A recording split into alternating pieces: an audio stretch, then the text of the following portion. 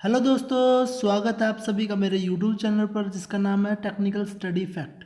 आज हम Indian history से रिलेटेड क्वेश्चन करने वाले हैं। हमने ऑलरेडी 4 वीडियो प्रोवाइड कर दिया।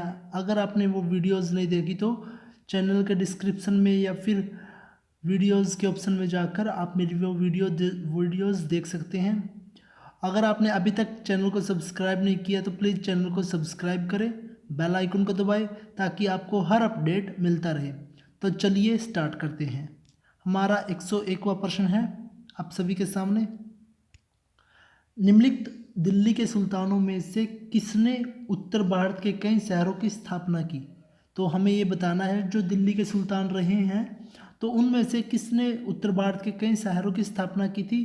तो आपके ऑप्शन इस प्रकार हैं: बलबन, अलाउद्दीन खिलजी, फिरोज शाह तुगलक या इब्राहिम लोदी।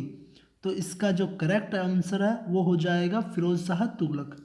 जो फिरोज शाह तुगलक थे, इन्होंने जो उत्तर भारत के कई शहरों का निर्माण करवाया था, जिसमें फिरोजाबाद हो गया और हरियाणा में हिसार और फतेहाबाद और पंजाब का फिरोजापुर शहर, इन शहरों की स्थापना फिरोज शाह तुगलक ने करवाई थी।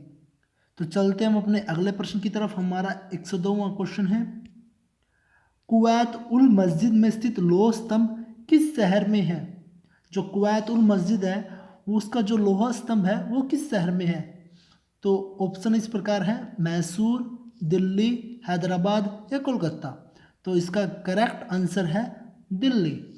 तो दिल्ली ऑप्शन बिल्कुल करेक्ट हो जाएगा।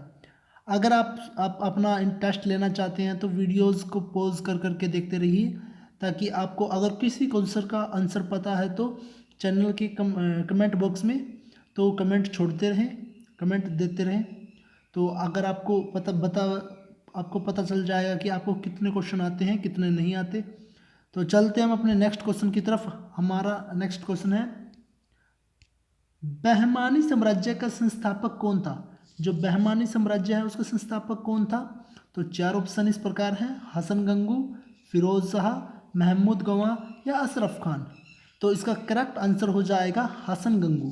जो हसन गंगू थे वो जो बहमानी साम्राज्य के संस्थापक थे। ठीक है, तो चलते हैं हम अपने नेक्स्ट क्वेश्चन की तरफ। हमारा 104वां क्वेश्चन है: इल्तुतमिश के शासनकाल में दिल्ली जो सल्तनत थी उसकी राजधानी कौन सी थी? सॉरी, इसका मैंने आंसर बता दिया। जो मतलब कि इल्तुतमिश था, इसके शासनकाल में जो राजधानी थी वो कौन सी थी? तो 4 ऑप्शन आपके इस प्रकार हैं: आगरा, लाहौर, बदायूं या दिल्ली। मैंने आपको ऑलरेडी बता दिया है, इसका आंसर होगा दिल्ली। क्वेश्चन में ही बता दिया था, सॉरी। तो इसका जो करेक्ट आंसर है वो हो जाएगा दिल्ली। तो चलते हैं हम अपने अगले क्वेश्चन की तरफ। हमारा नेक्स्ट क्वेश्चन है आपके सामने: निम्नलिखित में से कौन सा विजयनगर कला का सबसे अच्छा उदाहरण है? जो विजयनगर कला है उसका सबसे अच्छा उदाहरण कौन सा है? तो 4 ऑप्शन है आपके: अजंता, हम्पी, पुरी या सांची। तो इसका करेक्ट आंसर हो जाएगा हम्पी। जो हम्पी है वो इसका एक अच्छा कला का उदाहरण है। और हम्पी कहाँ है? मैंने आपको पिछली वीडियोज़ में भी बताया था, ये कर्नाटका में है, कर्नाटक में है। अब पहले इसको विजयनगर बोलते थे लेकिन अब इसको हम्पी बोलते हैं। तो हम्पी इसका करेक्ट आंसर हो जाएगा। तो चलते हैं हम अपने अगले क्वेश्चन की तरफ। हमारा 106वां क्वेश्चन है: चंगेज खां के अधीन मंगोलों ने किसके शासनकाल में भारत पर आक्रमण किया? जो चंगेज खान थे, ये अधीन मंगोलों ने भाई किसके शासनकाल में भारत पर आक्रमण करा था? तो 4 ऑप्शन आपके इस प्रकार हैं: बलबन, फिरोज शाह तुगलक, इल्तुतमिश या मोहम्मद बिन तुगलक। तो इसका करेक्ट आंसर हो जाएगा इल्तुतमिश। जो इल्तुतमिश थे उसके शासनकाल में मंगोलों ने आक्रमण किया था। ठीक है, तो चलते हैं हम अपने अगले क्वेश्चन की तरफ। हमारा 107वां क्वेश्चन है: निम्नलिखित में से कौन सा सूफी संप्रदाय सर्वाधिक रूढ़वादी था? जो सूफी संत था वो कौन कौन सा संत था वो रूढ़वादी था? तो चिकित्स, कादरी, सावेरी, सॉरी सावेरी सावेरी कदारी या नक्शबंदी। जो इसका जो करेक्ट आंसर है वो हो जाएगा नक्शबंदी। तो इसका जो करेक्ट आंसर क्या होगा? नक्शबंदी इसका करेक्ट आंसर होएगा। ठीक है, तो इसका जो करेक्ट आंसर है नक्शबंदी है। चलते हैं अपने अगले प्रश्न की तरफ।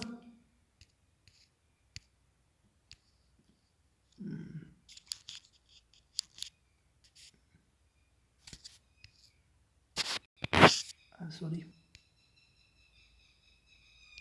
ठीक है, तो चलते हैं अपने नेक्स्ट क्वेश्चन की तरफ। हमारा अगला क्वेश्चन है 108वां क्वेश्चन। दिल्ली सल्तनत के किस सुल्तान ने अपनी राजधानी दिल्ली से आगरा में स्थानांतरित की? जो दिल्ली के सल्तनत में किस सुल्तान ने अपनी राजधानी दिल्ली से आगरा स्थानांतरित की थी? चार ऑप्शन इस प्रकार हैं: सिकंदर लोदी, कुतुबुद्दीन ऐबक, अलाउद्दीन खिलजी या मोहम्मद बिन तुगलक। तो आपके इन चारों ऑप्शन में से आपको बताना है, तो इसका करेक्ट आंसर हो जाएगा सिकंदर लोदी। इन्होंने अपनी राजधानी को दिल्ली से बदलकर आगरा रख दिया। ठीक है, तो चलते हैं हम अपने अगले प्रश्न की तरफ। हमारा 109वां क्वेश्चन है, तैमूर लंग ने किस वर्ष में भारत पर आक्रमण किया? तो जो तैमूर लंग थे, इन्होंने किस वर्ष में भारत पर आक्रमण करा था? आपके ऑप्शन है 1210 ईस्वी में, दूसरा ऑप्शन है 1398 ईस्वी में, अगला ऑप्शन है 1492 में और अगला है 1526 में। तो इन चार ऑप्शन में से आप सभी को बताना है, तो इसका करेक्ट आंसर हो जाएगा 1398 ईस्वी में। जो तैमूर लंग थे, उन्होंने भारत पर कब आक्रमण किया? 1398 ईस्वी में। तो चलते हैं हम अपने अगले प्रश्न की तरफ। हमारा 110वां प्रश्न है, फारसी यात्री अबुर जुकाक भारत के किस शासनकाल में आया था? भारत के किस शासक के शासनकाल में आया था, वो बताना है। तो चार ऑप्शन है: Devaraya first, Krishna Devaraya second, Devaraya second या फिर कृष्ण राय टू। तो इसका जो करेक्ट आंसर है वो हो जाएगा देवराय द्वितीय। जो देवराय द्वितीय के काल में जो फारसी यात्री था अबुर रजाक, ये भारत आए थे। So sorry for miss printing, मतलब कि मैं थोड़ी सी इसमें बोलने में तकलीफ हो गई थी, उसके लिए आई एम सॉरी। तो चलते हैं हम अपने अगले प्रश्न की तरफ। हमारा 111वां क्वेश्चन आपके सामने इस प्रकार है, निम्नलिखित में से किसने दिल्ली के सल्तनत पर राज नहीं किया? जो दिल्ली का जो सल्तनत था, इन चारों ऑप्शन में से बताना है कि किसने राज नहीं किया। गुलाम वंश, सैयद वंश, खिलजी वंश या गौरी वंश। इसका जो करेक्ट आंसर हो जाएगा वो हो जाएगा गौरी वंश। गौरी वंश ने दिल्ली की जो सल्तनत पर अधिकार मतलब कि राज्य नहीं किया। तो चलते हैं हम अपने अगले प्रश्न की तरफ। हमारा 112वां क्वेश्चन है, विजयनगर के राजा कृष्णदेवराय की रचना अमुक्तमाल्यावाद किस भाषा में लिखी गई है? जो विजयनगर के जो कृष्णदेवराय थे, इन्होंने यह रचना लिखी थी, तो कौन सी भाषा में थी? तमिल, मलयालम, कन्नड़ या तेलुगु। तो इसका करेक्ट ऑप्शन हो जाएगा तेलुगु। इन्होंने तेलुगु लैंग्वेज में ये रचना लिखी थी। तो चलते हैं हम अपने अगले प्रश्न की तरफ। हमारा 113वां प्रश्न है, किस शताब्दी में दिल्ली का कुतुब मीनार बनाया गया था? जो दिल्ली का कुतुब मीनार कौन सी शताब्दी में बनाया गया था? तो चार ऑप्शन इस प्रकार हैं: 12वीं शताब्दी में, 13वीं शताब्दी में, 14वीं शताब्दी में या 11वीं शताब्दी में। तो आपका जो करेक्ट ऑप्शन होएगा वो होएगा 12वीं शताब्दी में। जो 12वीं शताब्दी में कुतुब मीनार का निर्माण करवाया गया था या बनाया गया था। ठीक है, तो चलते हम अपने अगले प्रश्न की तरफ। तो अगला प्रश्न है 114वां, रजिया सुल्तान किस शासक की पुत्री थी? वो कौन से शासक की पुत्री थी? तो चार ऑप्शन है: कुतुबुद्दीन ऐबक, समरुद्दीन इल्तुतमिश, गयासुद्दीन बलबन या जलालुद्दीन खिलजी।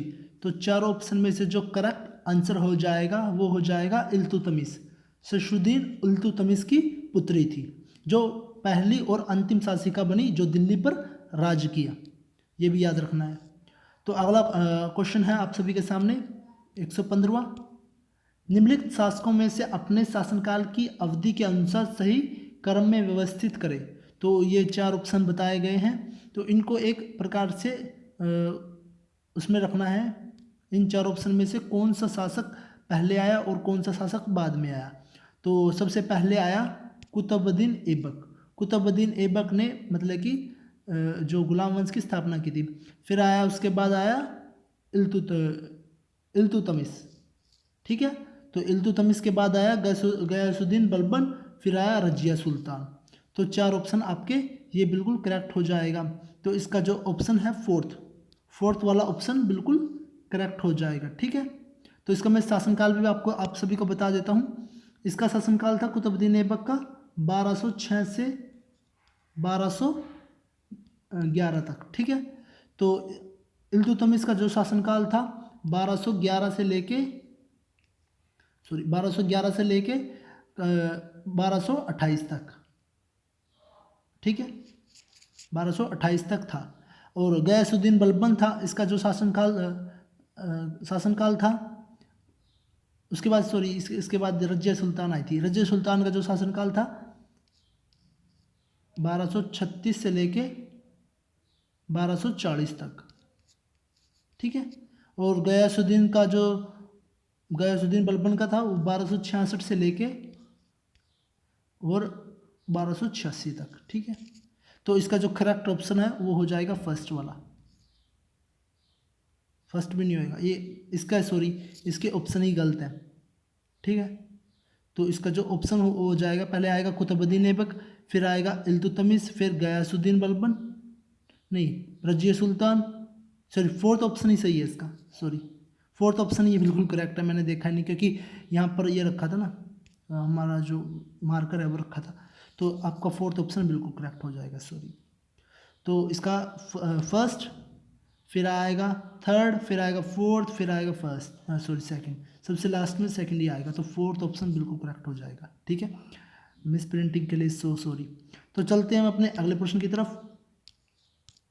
हमारा 116वां क्वेश्चन है, विजयनगर साम्राज्य का कौन सा शासक पुर्तगाली गवर्नर अलब्रुक का मित्र था? जो पुर्तगाली शासक था, तो पुर्तगाल का गवर्नर था अलब्रुक, वो किसका मित्र था? विजयनगर साम्राज्य का कौन सा शासक था वो? तो आपके ऑप्शन है देवराय द्वितीय, नरसिंह राय, कृष्ण देव राय, वेंकट द्वितीय। तो इसका जो करेक्ट ऑप्शन है वो हो जाएगा कृष्ण देव राय। जो कृष्ण देव राय थे उसका मित्र था अलब्रुक, ठीक है। तो चलते हैं हम अपने अगले प्रश्न की तरफ। हमारा 117वां क्वेश्चन है, विजयनगर के किस शासक ने अपने साम्राज्य को पुर्तगालियों को चर्च बनाने की अनुमति दी थी? तो कौन सा शासक था विजयनगर का? तो चार ऑप्शन है, वेंकट द्वितीय, अच्युत राय, तिरुमल या कृष्णदेव राय। तो इन चारों ऑप्शन में से जो करेक्ट आंसर होगा वो होगा वेंकट द्वितीय। जो वेंकट द्वितीय थे, इन्होंने विजयनगर में भाई एक प्रकार से एक वो बना सकते हो आप चर्च विजयनगर के अंदर, तो वेंकट द्वितीय उसमें उसके शासक थे। तो चलते हैं हम अपने अगले प्रश्न की तरफ। हमारा 118वां क्वेश्चन है, बंगाल के विख्यात संत चैतन्य निम्न में से किस शासक के समकालीन थे? वो शासक बताना है कि किस शासक के समकालीन थे। तो चार ऑप्शन है, अलाउद्दीन हुसैन शाह, अजमल शाह, सिकंदर शाह या महमूद शाह। तो इन चारों ऑप्शन में से जो करेक्ट आंसर होगा वो होगा अलाउद्दीन हुसैन शाह।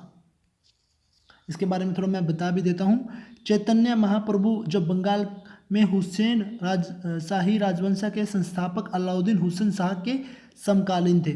हुसैन शाह का शासन धार्मिक सहिष्णुता के लिए भी जाना जाता है। हुसैन शाह ने अपने धार्मिक प्रचार के लिए श्री चैतन्य को सभी सुविधाएं प्रदान की, ठीक है। तो इसका जो करेक्ट आंसर है वो जाएगा अलाउद्दीन हुसैन शाह, ठीक है। तो चलते हैं हम अपने अगले प्रश्न की तरफ।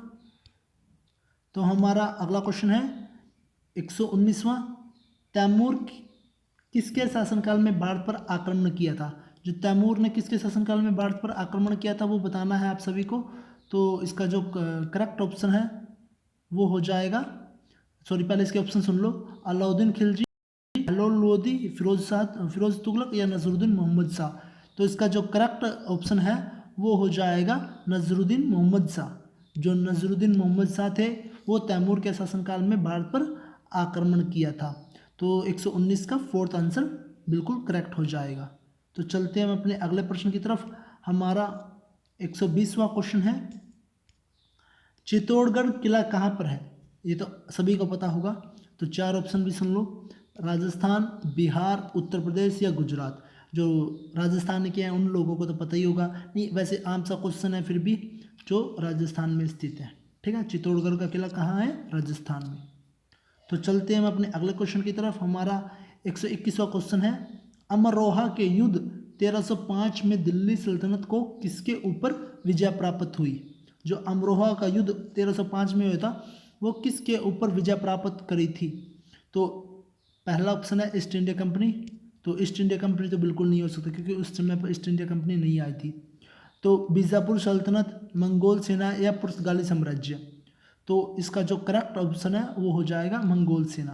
तो मंगोल सेना के ऊपर अमरोहा के युद्ध 1305 में दिल्ली सल्तनत को विजय प्राप्त हुई। ठीक है, तो चलते हैं हम अपने अगले क्वेश्चन की तरफ। तो हमारा 122वां क्वेश्चन है, रानी नाइकी देवी जिन्हें डैश को 1178 ईस्वी में हराने के लिए याद किया जाता है। तो चार ऑप्शन आपके हैं। पहला है मोहम्मद बिन तुगलक, मोहम्मद अल बलकरी। तो इसका जो अगले ऑप्शन है अब वो भी दिखा देता हूँ आप सभी को। इसका ऑप्शन ही दे रखे, मैं इसका आपको ऐसे ही बता देता हूँ। तो इसका जो करेक्ट आंसर हो जाएगा इसका 122वें क्वेश्चन का, तो वो हो जाएगा नायकी देवी। इसके बारे में थोड़ा मैं बता ही देता हूँ। नायकी देवी का जो गोवा में जन्मी गुजरात की रानी थी, गोवा में जन्म हुआ था इनका, और जिन्होंने 1178 ईस्वी में महमूद गौरी की आक्रमणकारी सेनाओं को हराया था, उन्हें भगाने पर मजबूर किया था। तो ये वही है जिन्होंने, जो महमूद गौरी थी उसकी सेना को मतलब कि एक प्रकार से भगा दिया था। इसका जो करेक्ट ऑप्शन हो जाएगा महमूद गौरी, महमूद गौरी। ठीक है, तो करेक्ट ऑप्शन इसका महमूद गौरी होगा। तो चलते हैं अपने अगले प्रश्न की तरफ। मिस प्रिंट हो गया, मतलब कि अगर इसका ऑप्शन नहीं था। तो आपका अगला क्वेश्चन है 123वां, डैश वंश जिसने उत्तरी भारत पर 1206 से 1290 तक शासन किया, कुतुबुद्दीन ऐबक द्वारा स्थापित किया गया। तो वो बताना है आप सभी को।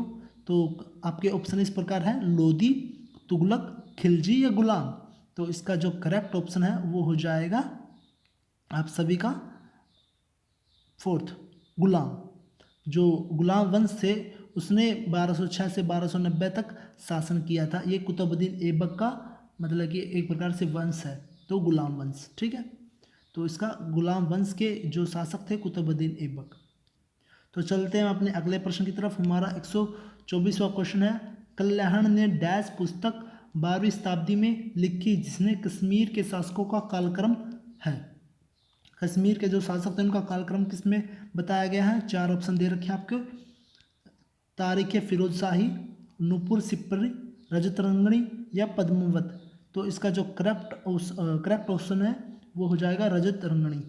जो रजत रंगणी बुक है, इन्होंने मतलब कि इसके बारे में जो कश्मीर के शासकों के थे इनके बारे में बताया गया है। ठीक है, तो चलते हैं हम अपने अगले क्वेश्चन की तरफ।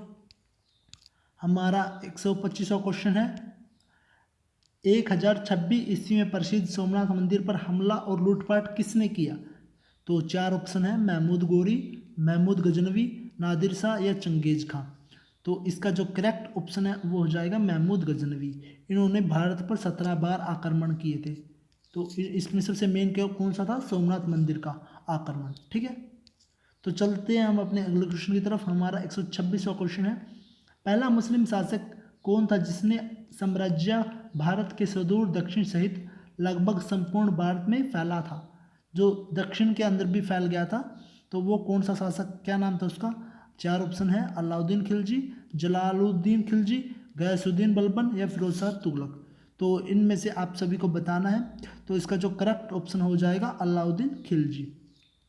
जो अलाउद्दीन खिलजी था, इन्होंने मतलब कि उत्तरी भारत के साथ साथ दक्षिणी भारत पर भी मतलब कि एक प्रकार से राज्य करने का, विजय प्राप्त करने का एक प्रकार से इनको सौभाग्य है। तो चलते हैं हम अपने अगले क्वेश्चन की तरफ। तो हमारा अगला क्वेश्चन है, भारत पर शासन करने वाला पहला मुस्लिम राजवंश कौन था। तो चार ऑप्शन है, गुलाम वंश, तुगलक वंश, लोदी वंश या खिलजी वंश।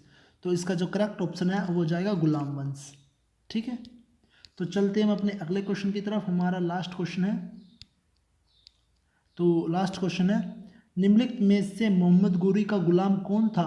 वह अपने स्वामी की मृत्यु के बाद शासक बना और उसने गुलाम वंश की स्थापना की।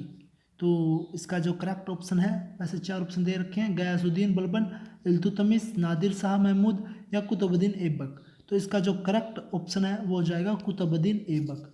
कुतुबुद्दीन ऐबक ने ही गुलाम वंश की स्थापना की थी। इसका जो शासक था महमूद गौरी का गुलाम था, उसकी मृत्यु के बाद इन्होंने गुलाम वंश बना लिया था। तो आज के लिए बस इतना ही। अगर वीडियोस पसंद आए हो तो प्लीज़ चैनल को सब्सक्राइब करें, बेल आइकन को दबाएं, और हम ऐसे ही स्टडी रिलेटेड वीडियोस अपलोड करते रहेंगे। तो आज के लिए बस इतना ही। जय हिंद, जय भारत।